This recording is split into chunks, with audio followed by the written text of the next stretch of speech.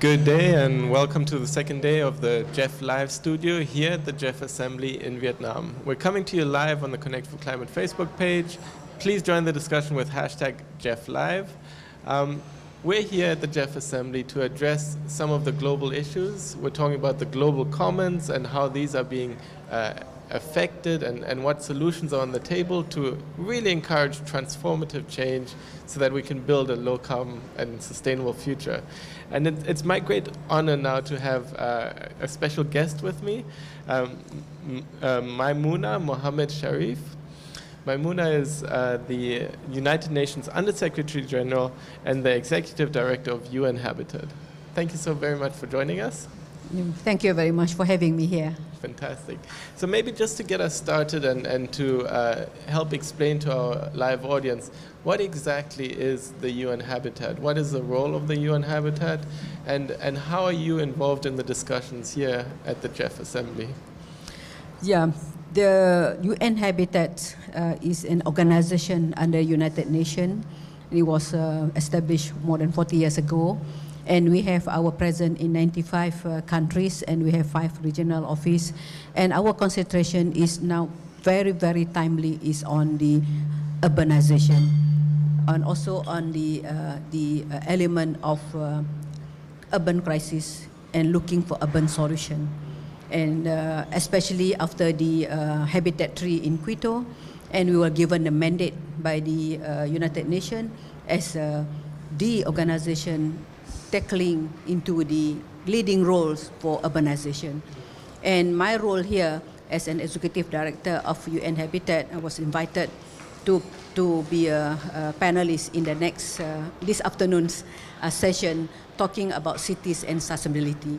So cities and sustainability is the main focal for UN Habitat. Yes.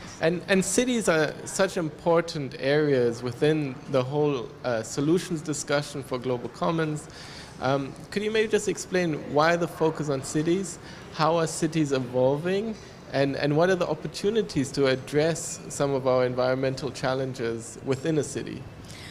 As you know, that city is the engine of growth. And city is also produce more than 50% of the greenhouse emission. And city is also a center of innovation and creativity. City is everything.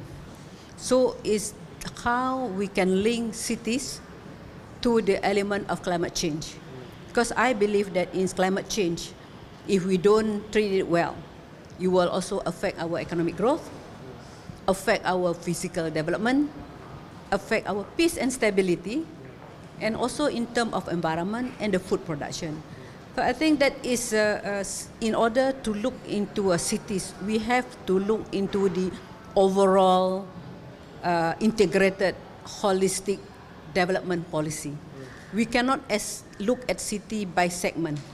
We cannot look at city by just transportation, just by housing, just by agriculture. But we have to look it into the integrated, holistic development policy.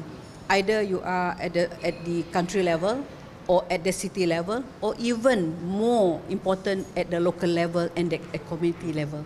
Because this cities is a network, it's not by itself. So that is the importance of having the good, sound governance, and also in terms of the development policy and development plan of a cities. Yeah.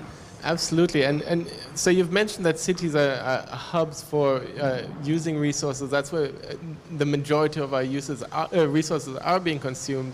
That's also, to a large extent, the sources of our pollution, our carbon pollution, our environmental and water pollution. So the mitigation agenda is obviously very strong. But on the other side, cities are also increasingly facing the challenges of climate change, so changing more extreme weather events or rising sea levels. And from my personal experience, I'm from Cape Town, and Cape Town was the first city that almost ran out of water, largely due to an extended drought, which can be associated to climate change. So how do you feel are cities realizing the environmental challenges that they're facing? And what has been the change in mentality within the city leadership over the last couple of years? Yeah, as I mentioned earlier, that when we look at the city, it have a lot of network. You look at an overall. So we should look at urbanization as a catalyst for change in the cities. And we shouldn't look at urbanization as negative, provided urbanization that we go through plan-led development, not development-led plan, the plan-led development. And we need to look into this partnership. When you say that just now that is all this element in the cities, partnership, for example, like how we partner with public, private, people partnership. I used to say the principle of 4P. and the word and the look in terms of the rethinking, how we do the principle of planning, the rethinking part in whatever that we do. And this involves not only at the political level, the rethinking of urbanization at political level, also looking into even all the way to the ground level, education, and also in terms of economic principle, and involving the whole community, especially the young people, which have a lot of creativity and innovation. So, for example, like in Cape Town that you mentioned, that we cannot tackling only the element of water supply. Why there is a lack of water supply? We have to go to the root of the problem. We cannot say that, oh, because of the water supply, we have to build the dam. But what is the real problem of there is no water? That is the need to look into the city as a network, as a catalyst for the new development. Yeah. Yes. Almost as its own ecosystem, yes. as its own, yes. Where you can assess the resources going in and the efficiency of the resource use within the cities. Yes. I really like your idea of the 4Ps, to really bring in also the private sector and the people. Yeah. Has there been a shift within cities, and especially among citizens, to become more aware of the environmental challenges and our SDGs, our global goals, to transition to a sustainable future? Yeah, in terms of the SDGs and New Urban Agenda, I think this is also one of the roles of UN Habitat, how we can translate, localizing the element of SDG and the New Urban Agenda into a very simple language to be understood by the people on the ground, by the hawkers, by the farmers, by the students. That is our role, and also together with other UN agencies and other stakeholders. But I think now the realization of the people on the ground about sustainability and also is keep on increasing, because I think due to the technology and social media.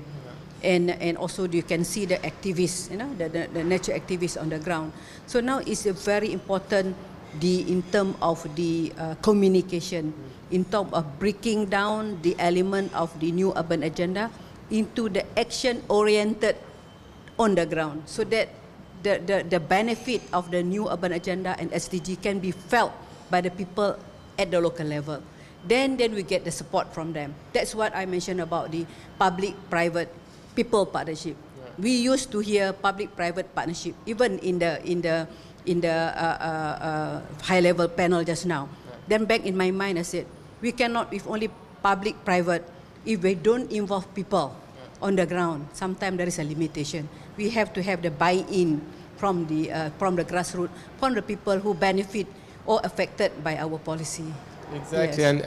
And it's the people that also drive the economic change. They are the leaders of business, and they're the supporters of policy. So maybe in closing, the